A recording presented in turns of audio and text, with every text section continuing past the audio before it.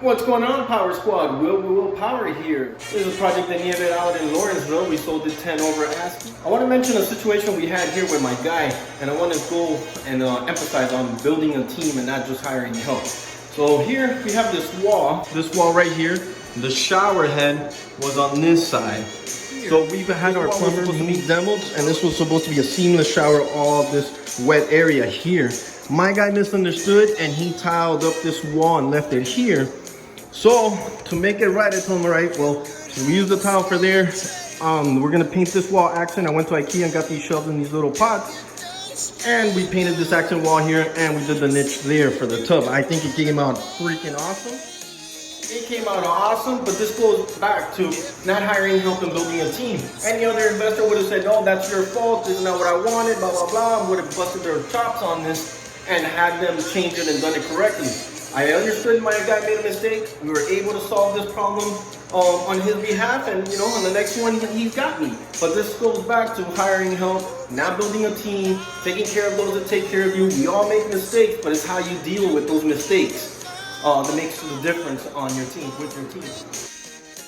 Anyone with money can flip. It's not a big deal, you got money. When problems arise, you just throw money at it and get it solved. But it's the one that gets creative to solve problems, the one that thinks outside the box. What box? Willpower.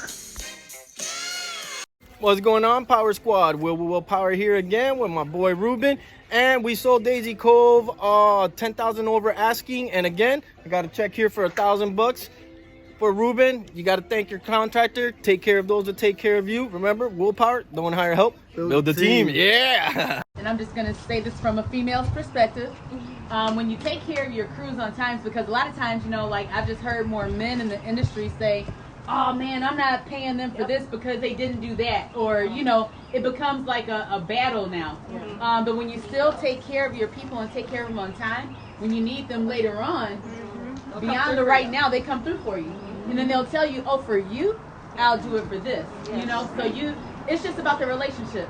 Word of the month, relationship. Shout out. Yes, yeah. No, absolutely. Let me emphasize of that, guys. This doesn't come overnight, okay? Yes. This is something that you slowly build. You slowly build your crew, and you slowly build the respect for that crew. Because I do remember in my first, rehab, I didn't know a lot of things, and they like, oh, you don't know this, you know, we cannot do that. And I would just get in YouTube, and I will be like, yes, you can, you know, because I will do my homework. Now, I wouldn't be disrespectful to them. So earning that respect, I always come up and maybe show up with donuts, or maybe ask them, hey, how are you kids doing? Or, you know, like trying to really, and we might not, honestly, we don't pay the cheapest price to the recruits. I know I pay them a little bit more than other investors, but guess what? I have a problem. I pick up the phone. I bet you money in less than 12 hours, I will have that sub in my side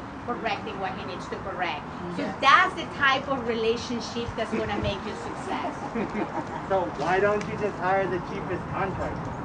Well, let's get him, Mohawk, get him. Because the results that you're gonna get, right, guys? You get what you pay for. You get what you pay for. So you're not gonna have a loyal group. And maybe if I get away hiring the cheapest contractor when he did a good job, there when he runs his numbers, will you work?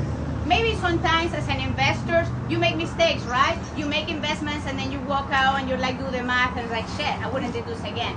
Well, they do the same. You know, they might have made a mistake charging you what they charge you, but then nobody wants to work for free. So always step in somebody else's shoes. Like, will I want to be treated like that? Will I want to be uncompensated like that?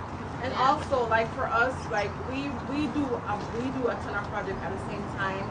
So like building relationships, like building your relationship with your subs and working over time. Like when we just started, they're gonna give you a number, but if you keep giving them volume and they know that you're dependable, you're gonna pay them and you're gonna be respectful. Then over time, like for us, our numbers have been, they keep adjusting our numbers. So because we keep giving them volume. And they know that when they work, they're gonna get paid. So that's the biggest thing, like your reputation is very important.